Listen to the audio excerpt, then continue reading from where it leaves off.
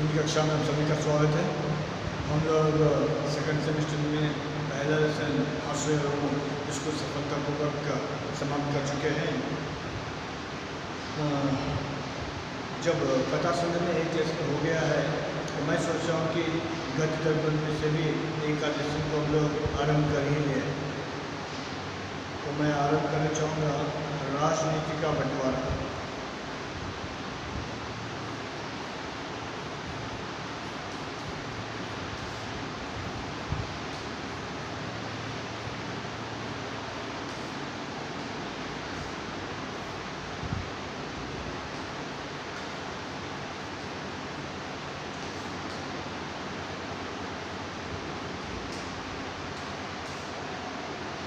राजनीति का बंटवारा, इसके लेखक है हरिशंकर परसाई। अगर आपके पास टेक्स्ट बुक है तो पेज नंबर 96 पुरानी हो, नहीं पता।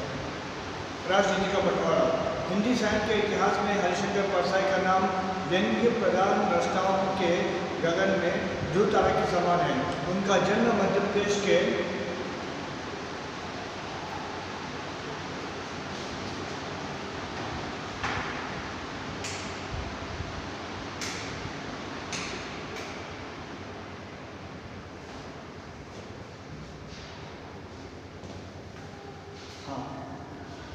पंख के छालू थे तो आवाज़ गड़गड़ रहा हुआ। तो राजनीति का बंटवारा, इसके लेखक हैं हरिशंकर परसाई जी। हिंदी साहित्य के इतिहास में हरिशंकर परसाई का नाम व्यंग्य प्रधान रचनाओं के गगन में ध्रुव तारा के समान है। मतलब व्यंग्य प्रधान रचना लिखने में ये हमारे जो लेखक महाशय हैं हरिशंकर परसाई जी, ये बहुत बड़े एक्सपर्ट हैं। इनको व्यंग्य के पितामह भी कहा जाता है। उनका जन्म मध्य प्रदेश के जमानी में सन 1924 में हुआ था। 1924 में मध्य प्रदेश के जमानी नामक गांव में इनका जन्म हुआ था। उन्होंने नागपुर विश्वविद्यालय से एमए की डिग्री प्राप्त की। उन्होंने नई दुनिया इंदौर, नई कहानियाँ इलाहाबाद, कल्पना हैदराबाद, सारिका बम्बई, दिल्ली में नियमित रूप से लेखन का कार्य किया है। तो 1924 में मध्य प्रदेश में जमानी नामक गांव में इनका जन्म हुआ था और नागपुर विश्वविद्यालय से उन्होंने एमए की डिग्री प्राप्त की है। नागपुर विश्वविद्यालय से उन्होंने MA master of arts degree उन्होंने प्राप्त की है। और उसके उपरांत उन्होंने नई दुनिया, नई कहानियाँ, कल्पना, सारिका, ये जो सभी 4 नाम है ना, ये सब पत्र और पत्रिकाओं के नाम हैं। These are the names of magazines. So इसमें जो है ना, ये नियमित रूप से regularly used to write in this magazines. Parsai ji व्यंग्य कार्य के रूप में अत्यंत प्रसिद्ध है। ये तो एक साहित्यकार लेखक तो है ही, लेकिन व्यंग्य कार्य के रूप में ये ज़्यादा लोकप्रिय है, प्रसिद्ध भी है। ये व्यंग्य क्या है थोड़ा जानने का प्रयास कीजिए। फर्स्ट व्हाट इज व्यंग्य? एक्चुअली जब हम लोग अपने मन में जो विचार उत्पन्न होते हैं ना, उनको 3 रूपों में हम लोग उसको व्यक्त करते हैं, एक्सप्रेस करते हैं। दैट इज फर्स्ट वन अभिधा, और दूसरा है लक्षणा, तीसरा है व्यंजना। आई थिंक इससे पहले भी मैंने आपको एक संदर्भ में कहा था, फिर से एक बार रिपीट करना चाहूँगा क्योंकि सर हम लोग वो वीडियो नहीं देखे। Yes I know that. So लक्षणा मतलब होता है, लक्षणों के आधार पर हमें जब कहना होता है तो उसे कहने कहा जाता है लक्षणा। फर्स्ट वन है अभिधा। अभिधात्मक मतलब होता है जो मैं कह रहा हूँ से मुझे करना है, दैट इज अभिधात्मक। अपने भाषा में कहा जाए तो स्ट्रेट फॉरवर्ड। आज मुझे सो एंड सो जगह जाना है मतलब जाना है। आज मुझे क्लास लेना है मतलब लेना है, और कोई ऑप्शन नहीं है। जो मैं कह रहा हूँ उसी को ही करना है। मतलब यहाँ पर कहना कुछ, करना कुछ नहीं होता है। जैसे कि I should be on time, जैसे कि कॉलेज की टाइमिंग है 10 to 4, मतलब 10 to 4 I have to follow that. और कोई exemption no, that is mandatory, which is compulsory, that is अभिधात्मक। जैसे कि कोर्ट में जज ने दिया है कि ही और she hand should till death, जब तक ना मरे तब तक लटका जाए, तो फिर फांसी से लटकाते रहेंगे जब तक ना मरे वो अपराधी या वो कैदी। That is अभिधात्मक। नेक्स्ट है लक्षणा लाक्षणिक। सो लक्षणों के आधार पर हम लोग कभी कभी कुछ व्यक्तियों के बारे में या फिर कुछ संदर्भों के बारे में जब कहते हैं, इट्स कॉल्ड एज अभिधात्मक और लक्षणात्मक। जैसे कि कोई व्यक्ति आ रहा है तो लोग कहते हैं लो गधा आ रहा है। हम लोग पीछे में देखते हैं, अरे वहाँ तो गधा है नहीं, एक व्यक्ति आ रहा है, लेकिन लोग कहते हैं कि गधा आ रहा है। अरे गधा कैसे, वो तो इंसान है ना, मनुष्य है ना, ह्यूमन बीइंग है ना, तो आप उसे गधा क्यों कहते हैं? वो है गधा नहीं, लेकिन उसके अंदर के लक्षण गधे के बराबर है, इसलिए लोग उनको गधा कहते हैं। किसी को देख के कहते हैं कि लो कुत्ता आ रहा है, ज़्यादा बोलता है, बकबक करता है, कुछ काम का कुछ नहीं बोलता है सिर्फ, या फिर सूंघने के लिए आता है ना, पशुओं का जो स्वभाव है, क्योंकि कुत्ता और दूसरे जानवर सूंघते हैं, तो कुत्ता आया है। कुछ लोगों के देख के कहते हैं सांप है जो सीधा नहीं चलता है, जिगजैग जो चलता है ना, जिगजैग जो चलने वाले हैं वो कहलाते हैं सांप। या फिर कुछ लोगों को देखिए कहा जाता है कि मगरमच्छ, झूठे आंसू रोने वाले होते ना, मगरमच्छ। और कुछ लोग को देख कहते हैं कि बिच्छू आ रहा है, पता नहीं कब डंक मार दे। सो लक्षणों के आधार पर, हाँ गिरगिट भी कहते हैं, वेरी गुड, गिरगिट इज एन नाइस एग्जाम्पल, क्योंकि जो बार बार अपना बात, अपना स्वभाव, अपने व्यवहार को बदलने वाले होते, जो एक बात पर नहीं रुकते हैं, गिरगिट कहा जाता है। क्योंकि बार बार अपना जो ओपिनियन है, राय है, मत है, उसको चेंज करते थे। कल हाँ कहा था, आप ना कहते, अरे कल तो आपने हाँ कहा था ना, हाँ कल कहा होगा, लेकिन ना नहीं, जो एक बात पर नहीं रहते हैं उनके लिए गिरगिट, क्योंकि रंग बदलने वाले हैं। तो दैट इज लक्षण। और तीसरा है व्यंजना। व्यंजना हिंदी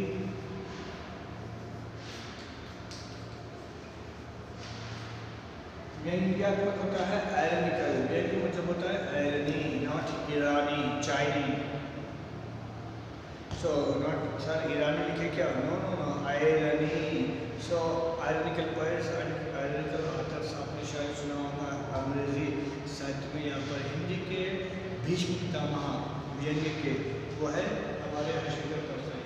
व्यंग्यात्मक ऐसा होता है जैसे मैंने किसी से कह दिया है, सो नेक्स्ट स्टूडेंट है, और वो बहुत अच्छा लड़का है, is used to come very regularly और वेरी इंटेलिजेंट भी है। अब मैंने कहा बहुत अच्छा है मतलब बहुत बुरा है, यूज्ड टू कम रेगुलरली मतलब मोस्ट इरेगुलर कैंडिडेट। और मैंने ये भी कह दिया कि वो बहुत इंटेलिजेंट है, होशियार है, सबसे बड़ा बहुत पाखंडी है। मतलब मैं कहना कुछ और रहा हूँ, फिर उसका अर्थ विपरीत होता है, दैट इज कॉल्ड एज। हाँ, आप लोग कुछ विद्वानों का ये भी कहना है कि जो पढ़े लिखे लोग होते हैं ना, वो उनसे आने वाले अपशब्द भी हैं, गालियाँ भी हैं, ये शैली आयरनिकल। सास और बहू के बीच में जो बातचीत होती ना, हाँ वो कहते कुछ और है, उसका अर्थ कुछ और होता है। सास कहती है आज मेरी बहू ने बहुत अच्छा पकवान बनाया है, मतलब समझ जाना, आप लोग समझदार है, मतलब बिल्कुल घटिया पकवान बनाया। तो वो कहते कुछ और है, उसका अर्थ कुछ और होता है, तो उसे कहा जाता है व्यंग्यात्मक, व्यंजना। ओके, नेक्स्ट, परसाई जी व्यंग्यकार के रूप में अत्यंत प्रसिद्ध है। हंसते हैं, रोते हैं, भूत के पांव पीछे अपने पांव चक्कर। यहाँ पर हर्षंकर परसाई जी कहते हैं कि भूत के पांव पीछे, मैं अपने पाँव को देख ले रहा हूँ कि कहीं पीछे तो नहीं है, क्योंकि भूत के पाँव पीछे, जैसे कि हम लोग हिंदी फिल्मों में, पुरानी फिल्मों में देखा होगा, अचानक हीरो या हीरोइन के जो लेग्स हैं जो ऐसे होते हैं, अचानक भूत के पीछे बढ़ते हैं। हाँ, भूतों के पाँव पीछे होते हैं। किसने कहा I don't know, but Hindi फिल्मों में बताया गया ना। हाँ, तो भूत के पाँव पीछे होते हैं, नहीं पता, भूत के पाँव पीछे होते हैं। भूत हमेशा काले या सफ़ेद कपड़े पहनती है, और भूतनी है तो पता नहीं चोटी बांधने के लिए कंघी नहीं होती होगी, हमेशा खुले बाल होते हैं ना। Yes, loose hair. Maybe she likes a lot. Maybe that's her style also. So ये सब जो है ना फिल्मों में बताए गए हैं। यहाँ पर एक लेक का नाम है भूत के पाँव पीछे। वो भूत के पाँव पीछे है या आगे है, या फिर राम गोपाल वर्मा जैसा डिफाइन करेंगे वो, या फिर एक ज़माने में दो भाई थे तुलसी राम से श्याम राम से कहकर हिंदी फिल्म में जो हॉरर फिल्म्स बनाते थे, तो उनसे पूछना होगा। May be they could define that. लेकिन यहाँ पर हरिशंकर प्रसाद जी लिखे हैं भूत के पाँव पीछे, एक बहुत ही मज़ेदार लेख है। और सच कहूँ हमसे बढ़कर भूत और कौन है, मैं रोज़ भूत को लिखता हूँ आईने में। I used to watch every day that ghost that devil in my mirror. अगर आपके घर में मिरर है तो आपको भी शुभ हो, मतलब you to get that chance. So भूत के पाँव पीछे तब की बात और थी जैसे उनके दिन फिरे, सदाचार का ताबीज़। ये भी बहुत बढ़िया मज़ेदार कहानी है। सदाचार का ताबीज़, पगडंडियों का ज़माना, वैष्णव की फिसलन, शिकायत मुझे भी है, अपनी अपनी बीमारी, टिटोता हुआ गणतंत्र, निठल्ले की डायरी, बोलती रेखाएं, तिरछी रेखाएं, और अंत में माटी कहे कुमार से पाखंड का अध्यात्म। सुनो भाई साधो, सुनो भाई साधो, विकलांग श्रद्धा का दौर आदि इनके प्रसिद्ध निबंध है। ये सभी इनके निबंध है। और कहानीकार के रूप में रानी नागफनी की कहानी, एक लड़की 5 दीवाने, एक लड़की 5 दीवाने, तट की खोज आदि चर्चित कहानियाँ लिखी। उक्त सभी रचनाओं में लिंग की मात्रा कूट कूट कर भरी हुई है। मतलब यहाँ पर लिंग के लिए कोई भी कसर, कोई भी मौका, कोई भी चांस उन्होंने नहीं छोड़ा है इन कहानियों में या फिर इन निबंधों में। परसाई वर्तमान जीवन की विसंगतियों, विकृतियों और विडंबनाओं को उद्घाटित करने वाले रचनाकार हैं। उन्होंने अपनी व्यंग्य रचनाओं के द्वारा समाज की विद्रुपताओं, मिथ्याचारों और पाखंडों का पर्दाफाश किया है। अत्यंत मार्मिक तथा प्रांजल भाषा के प्रयोग में वे सिद्धार्थ थे। इनका निधन 10 अगस्त 1955 में हुआ। 1955 में इनकी मृत्यु हुई है। अब हम लोग आगे बढ़ते हैं इस निबंध की ओर। राजनीति का बंटवारा। सेठ जी का परिवार सलाह करने बैठा है, समस्या राष्ट्रीय है, आखिर इस राष्ट्र का क्या होगा। नगर निगम के चुनाव होने वाले थे और समस्या यह थी कि किस पार्टी के हाथ में निगम जाता है। सेठ जी का परिवार कई करोड़ वाला है, मतलब धन की कमी नहीं है। Here the issue of nation, मतलब राष्ट्रीय स्तर की समस्या है। और सेठ जी का परिवार जो है ना सलाह मशवरा करने के लिए बैठा है, और मुद्दा है, इश्यू है नगर निगम के चुनाव। नगर निगम के चुनाव मतलब अपनी भाषा में कहा जाए तो GHMC इलेक्शंस। यहाँ पर जो इलेक्शंस हुए ना सिटी में मेयर पद के लिए। नगर निगम होता है कॉरपोरेशन, म्युनिसिपल कॉरपोरेशन। यस, सो नगर निगम के चुनाव यहाँ पर होने वाले हैं और समस्या यह थी कि किस पार्टी के हाथ में ये कॉरपोरेशन जाता है। सेठ जी का परिवार कई करोड़ों वाला है, मतलब धन की कोई कमी नहीं थी। सब देशभक्त हैं। परिवार के वयोवृद्ध भैया जी 5 साल स्वाधीनता संग्राम में जेल हो आए थे। वे राष्ट्रपिता बनना चाहते थे, पर गांधी जी ने उन्हें नहीं बनने दिया। इन कारण वे गांधी जी से नाराज हो गए हैं। कहते हैं एक बनिए ने दूसरे बनिए को राष्ट्रपिता नहीं बनने दिया। खैर, चौराहे पर मेरी मूर्ति की स्थापना तो हो ही रही है। देखिए, तो यहाँ पर इश्यू है म्युनिसिपल कॉरपोरेशन इलेक्शन का, चुनाव का। और यहाँ पर सेठ जी का परिवार सलाह मशवरा करने बैठी है। सेठ जी का परिवार करोड़ों वाला है, मतलब धन की कोई कमी न थी। और साथ ही साथ everyone is discussing and everyone become patriot. हर कोई, सबके सब इस परिवार से संबंधित हर कोई, सब देशभक्त हैं। और परिवार के जो वयोवृद्ध भैया जी है वो 5 साल स्वाधीनता संग्राम के लिए जेल भी हो गया है। 5 years आज़ादी के लिए लड़े और 5 साल जेल में रह के आए हैं। इस परिवार के सबसे बड़े वयोवृद्ध व्यक्ति नेता भैया जी, नाम ही है भैया जी, ठीक है। सो भैया जी वयोवृद्ध नेता है और वो स्वाधीनता के लिए, आज़ादी के लिए 5 साल कारावास भोग के आए हैं। और actually he want to become the father of nation, वो राष्ट्रपिता बनना चाहते थे, लेकिन खैर गांधी जी ने जो है ना इनको राष्ट्रपिता बनने नहीं दिया। इस कारण में गांधी जी से नाराज हो गए हैं। एक्चुअली वो राष्ट्रपिता बनना चाहते थे, लेकिन गांधी जी स्वयं जब राष्ट्रपिता बन गए थे तो ये गांधी जी से नाराज हो गए हैं। और इतने नहीं कि उन्होंने यह भी कह दिया कि एक बनिए ने दूसरे बनिए का हक छीन लिया है। नो बनिया, बनिया means like it's kind of businessman, money lender, व्यापार करने वाले होते ना वो। अब गांधी व्यापारी है बोल के मैं नहीं कहूँगा, डोंट ब्लेम। तो एक बनिए ने दूसरे बनिए को राष्ट्रपिता नहीं बनने दिया। खैर कोई बात नहीं, वैसे भी चौराहे पर तो मेरी तो मूर्ति की स्थापना तो हो रही है ना, मतलब राष्ट्रपिता बनते तो क्या होता है, चौराहे के ऊपर मूर्ति लगाते ना। अब मेरी मूर्ति कैसे भी रख रहे हैं तो मुझे राष्ट्रपिता मतलब मैं बनूँ या ना बनूँ, नो प्रॉब्लम, क्योंकि राष्ट्रपिता बनने के बाद में तो यही करते हैं ना। हाँ, घर चौराहे पर गांधी जी का पुतला है तो अब मेरे भी तो पुतले लग रहे हैं, तो फिर राष्ट्रपिता बनने की आवश्यकता ही क्या है। अब कोई एजेंसी अब परिवार ने ले रखी है, कई चीज़ों के स्टॉकिस्ट है, इस कारण देशभक्ति और बढ़ गई है। आखिर देश के धन की रक्षा भी तो करनी है, राष्ट्रप्रेम में कमी नहीं है। पर बिजनेस की भी एक नैतिकता होती है, यह नैतिकता है चुंगी चोरी, स्टॉक दबाना, मुनाफाखोरी करना, ब्लैक से देश का माल बेचना।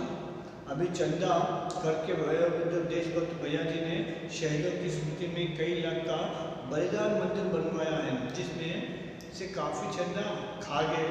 लोगों ने शक की आवाज़ उठाई तो भैया जी ने कहा, हर धंधे में कमीशन मिलता है। जब शहीदों ने खून दिया तो मैंने जिसने खून नहीं दिया, यदि चंदे में से कमीशन नहीं खाया तो स्वर्ग में शहीदों की आत्मा को कितना कष्ट होगा। वे तो मर गए पर मैं तो जिंदा हूँ, जीवित हूँ, तो अमर शहीद तो मैं ही हुआ ना, वे तो अमर शहीद नहीं हुए। देखिए, तो मतलब यहाँ पर सेठ जी का जो परिवार है कई एजेंसियों को अपने यहाँ ले रखी है और कई चीज़ों के स्टॉकिस्ट भी हैं, और हर कोई देशभक्ति से परिपूर्ण रहे हैं उस परिवार के सदस्य। और साथ ही साथ देश की धन की रक्षा करना भी तो हमारा परम कर्तव्य होता है। और साथ ही साथ बिजनेस की भी कुछ नैतिकता होती है। There are some moralities of business, जैसे जो भी बिजनेस करता है ना तो उसमें राष्ट्रप्रेम की कमी नहीं होती है। यहाँ मोरालिटीज है, चुंगी चोरी करना, व्हाट, चुंगी चोरी करना, स्टॉक दबाना, मुनाफाखोरी खाना, ब्लैक से देश का माल बेचना, ये सभी बिजनेस के मोरालिटीज हैं। You can say characteristics, you can say moralities, you can say the fundamental things for any business according to भैया जी, not भैया जी के अनुसार से ये बिजनेस के लक्षण होते हैं। क्या क्या? चुंगी चोरी करना मतलब स्कैम करना, घोटाला करना, चुंगी चोरी। स्टॉक दबाना मतलब अभी तो नहीं हो रहा है, but once upon a time हमारे देश में कुछ सिंडिकेट्स होते हैं, मतलब कुछ लोग मिलकर किसी एक चीज़ को, किसी एक वस्तु को जो है ना कुछ समय के लिए सप्लाई होने से रोकते हैं। एंड व्हेन पब्लिक में डिमांड बढ़ जाती है तो थोड़ा थोड़ा उसको छोड़ते हैं और अपने आप मार्केट में उसका रेट आकाश को छूने लगता है। जैसे कभी प्याज का रेट बढ़ जाता है, कभी टमाटर का रेट बढ़ जाता है। कॉमन मैन क्या है, चाहे वो प्याज का बढ़े या टमाटर का बढ़े, जेब तो उसी का खाली होता है ना। अभी तो 10-20 रुपये में मिल जा रहा है, ये अलग बात है, but once upon a time कुछ मतलब ये लॉकडाउन से पहले प्याज 100 रुपये में बिकी है। यस, आई रिमेंबर दैट मैं खुद 80 या 100 रुपीज़ में बढ़िया सा प्याज लिया था। अब तो 25-30 रुपये में भी हमको बढ़िया सा प्याज मिल जाता है। Is it not? तो मतलब कुछ विषयों को, कुछ चीज़ों को दबा देने से अपने आप टेंटेटिव टेम्पररी मार्केट में उसकी कमी को पैदा कर देते हैं और एवरीवेयर जब उसका डिमांड बढ़ जाता है तो फिर दाम बढ़ाकर उसको बेच देते हैं। तो वो है स्टॉक दबाना। और तीसरा है मुनाफाखोरी करना। मतलब देखिए बिजनेस के कुछ नियम होते हैं। जैसे कि मैंने ये पुस्तक छापा है, ये पुस्तक मैंने पूरा इसके ऊपर खर्च किया है 50 रुपये। ये जो टेक्स्ट बुक है इसको लिखने में डीटीपी, प्रिंटिंग, स्टेशनरी, पब्लिशिंग सब में या एडवर्टाइजमेंट सब मिलाकर एक पुस्तक के ऊपर मेरा खर्चा हुआ है 50 रुपये। जब 50 रुपये इस पुस्तक के ऊपर खर्च किया मैंने, तो इसके ऊपर 5 या 10 रुपये मैं बढ़ा के एक पुस्तक को बेचूंगा, तो एक पुस्तक के ऊपर 10 रुपये अगर मैं मुनाफा ले लूँगा देन नो प्रॉब्लम। लेकिन इसके ऊपर खर्च हुआ है 50 और मैं बेचूंगा। मुनाफाखोरी करना। बिजनेस मतलब कॉस्ट कभी नहीं होता है। आप लोग देखते हैं बाजार में, सोसाइटी में, शॉप में कॉस्ट से मतलब जितने में मैंने खरीदा है उतने में बेच रहा हूँ, तो इट्स वोंट बिकम बिजनेस। वो तो बिजनेस हुआ ही नहीं जहाँ पर मार्जिन ना हो। मार्जिन मतलब प्रॉफिट ना हो, लाभ ना हो। बिना लाभ के कोई भी just you can assume, can you imagine? आप में से भी तो बहुत सारे लोग होंगे जिनके घर में कोई बिजनेस पीपल होगा या फिर किसी के पास कोई शॉप होगा छोटा मोटा, तो जितने में आपने खरीदा है तो उतने में ही बेचेंगे। फिर वो व्यापार नहीं है, वो तो लेन देन है, गिव एंड टेक है, आदान प्रदान है। फिर व्यापार नहीं। व्यापार तो वो होता है कि जितना आपने खर्च किया है उसके ऊपर ज़्यादा प्लस प्रॉफिट हो, लाभ हो, तो ही व्यापार है। बिना उसके ना व्यापार हुआ है ना हो सकेगा। तो मुनाफाखोरी करने का भी एक पद्धति होती है, लेकिन यहाँ पर मुनाफाखोरी करना कैसे? ऐसे जैसे कि एक पेन आपको मिलता है 2 रुपये में, लेकिन उसको आप बेचते हैं 5 रुपये में। इतना क्यों? वो आप लोग दीपावली के समय पटाखेबाजी करते हैं ना, हाँ, तो पटाखों के ऊपर दाम कुछ और होता है, वो कुछ और आपको देता है और आप समझते हैं कि कितना है। एक्चुअली उसका दाम डबल वहाँ पर प्रिंट हुआ रहता है। लगता है वहाँ पर, मान लीजिए वहाँ पर 500 रुपये कुछ लिखा हुआ है, 500 रुपीज़ वहाँ पर कुछ लिखा हुआ है। देखिए सर उसका MRP 500 है, लेकिन मैं आपको जो है ना 300 में दे दूँगा। तो आप उसको देखकर खुश रहते हैं, अरे वाह 500 का माल 300 में दे रहा है, जबकि उसको मिला है 150 में। और फिर 150 मुनाफा कमाता है, चाहे वो पटाखे हो, चाहे वो ऑयल हो, चाहे कुछ और हो। क्या सो मेनी थिंग्स आते हैं। हाँ, तो कुछ लोगों के ऊपर दाम ज़्यादा होता है। क्यों होता है आज तक मैं भी नहीं समझा, लेकिन I will try to no.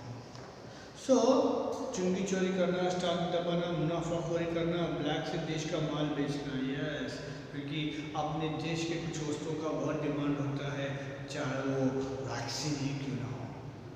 हाँ, हमारे देश के वैक्सीन की तो दुनिया भर में धूम मचा रहे हैं, पर पता नहीं हम लोग अपने वैक्सीन को लेने के लिए तैयार नहीं है।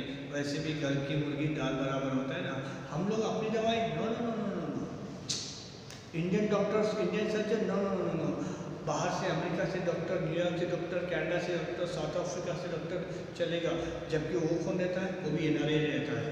क्योंकि दुनिया भर की जो डॉक्टर्स है, सर्जन्स है या साइंटिस्ट है, वो हर एक कोने में जो है ना अपने भारतीय मूल से जुड़ा हुआ व्यक्ति ही दुनिया भर में आज फैला हुआ है।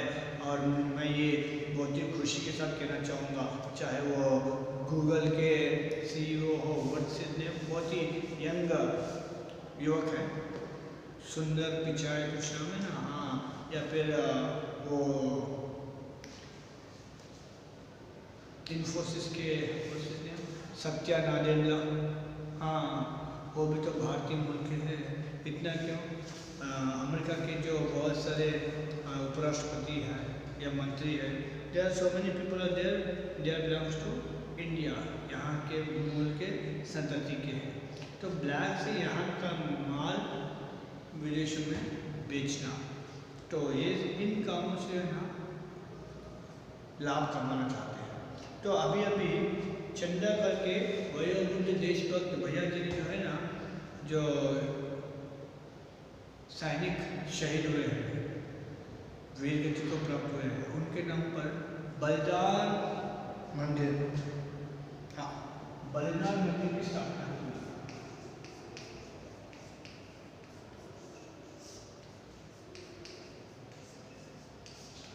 बलिदान मंदिर की स्थापना की है। जब बलिदान मंदिर की स्थापना की है तो भैया जी ने जो है ना इसके लिए चंदा इकट्ठा किया है। और भैया जी जो है इस परिवार के वयोवृद्ध नेता भी हैं, देशभक्त भी हैं। तो जब ये वयोवृद्ध जो है जब इस बलिदान मंदिर के लिए चंदा इकट्ठा किया और इस मंदिर की स्थापना करवाई, तो उसमें कुछ चंदा खाली है। और जब लोगों ने आशंका के साथ, जब लोगों ने प्रश्न पूछा कि आपने इसमें से घूसखोरी की है, चंदा खाया है, so he said only one thing, ये जो अमर शहीद है देश को बचाने के लिए अपना खून दिया है और खून देकर इस देश की रक्षा की है, तो जब उन्होंने इस देश की सेवा के लिए अपना खून दिया है, तो उनके लिए जो बलिदान मंदिर मैंने बनवाया है, तो उसके लिए अगर जो चंदा इकट्ठा मैंने किया है, अगर मैं चंदा नहीं खाऊंगा, अब मैं जब मर जाऊंगा, जब उनके पास जाऊंगा, तो वो प्रश्न पूछेंगे कि आप चंदा क्यों नहीं खाए, तो मैं कैसे जवाब दूंगा, क्योंकि वो तो मर गए लेकिन मैं तो अभी जिंदा हूँ ना। अगर मैं जिंदा रहते हुए चंदा नहीं खाऊंगा तो लोग क्या कहेंगे, क्योंकि चंदा खाना, कमीशन खाना तो व्यापार का पहला नियम है, यू मस्ट नो दैट। हाँ, क्योंकि बिना कमीशन के, बिना चंदा के, कोई भी बिना घूसखोरी के कोई भी व्यापारी व्यापार नहीं करता है। देखिए फॉर एग्जांपल कोई खाने के पदार्थ है, तो वो भले ही कभी कभी कल का परोस देता है, सॉरी बुरा मत मानिए, कल का परोस देता है, आप उससे क्या फ्रेश है क्या, हाँ साहब अभी बनाया है, झूठ बोलना पड़ता है, हाँ या ना, यस।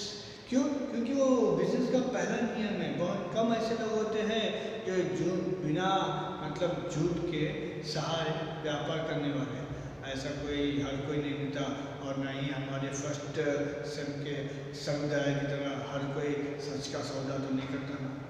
बहुत सारे लोग हैं कि झूठ के आधार पर ही अपना काम चलाने वाले हैं। तो परिवार राष्ट्रीय समस्या पर विचार कर रहा है, किस पार्टी का निगम बनेगा, चुंगी की चोरी कैसी होगी। भैया जी बड़े होशियार है, जब आखिरी बार जेल जाने लगे तो छोटे भाई से कह गए 10,000 रुपया अंग्रेज कलेक्टर को ब्रिटिश वॉर फंड में दे देना, बहुत करके इस लड़ाई के खत्म होते होते स्वराज्य मिल जाएगा, तब मैं तो हूँ ही, पर मान लो अगर अंग्रेज कुछ साल नहीं गए तो तुम्हारे नाम की वार फंड का रसीद तो है ही, दोनों पक्ष संभलना चाहिए, स्वराज हुआ तो मैं, अंग्रेज रहे तो तुम। देखिए दिस इज राजनीति का बंटवारा। देखिए तो जब भैया जी बहुत स्मार्ट, बहुत होशियार, बहुत इंटेलिजेंट व्यक्ति है, जब वो लास्ट टाइम जेल जा रहे थे तो अपने छोटे भाई से कहा था कि हे छोटे भाई, तुम अंग्रेज सरकार को 10,000 रुपये का वॉर फंड का चेक कलेक्टर को दे देना, अगर ये अंग्रेज लोग आज़ादी दे के चले जाएंगे तो मैं तो जेल होके आ रहा हूँ, तो I am become a big leader, तो अपने आप मैं तो इस देश को संभाल लूँगा। नहीं, वो अगर वो लोग अंग्रेज लोग नहीं गए तो तुम्हारे द्वारा सेकंड वर्ल्ड वॉर के लिए जो 10,000 रुपये का जो चेक दिया है, तो उसके बलबूते पर हम लोग अपने बहुत सारे कार्य कर सकते हैं। तो कहने का सीधा सा तात्पर्य है कि आज़ादी मिली तो मैं रहूँगा, अगर आज़ादी नहीं मिली, ब्रिटिश सरकार या ब्रिटिशर्स कुछ और समय के लिए यहाँ पर अपने देश में ही फौज जमा के बैठे हैं, तो वो वार फंड में दिया गया और रिसिप्ट तो हमारे पास है ना। अपनी खिचड़ी पकनी चाहिए, यह है राजनीति। इसका हम लोग आगे चर्चा करेंगे।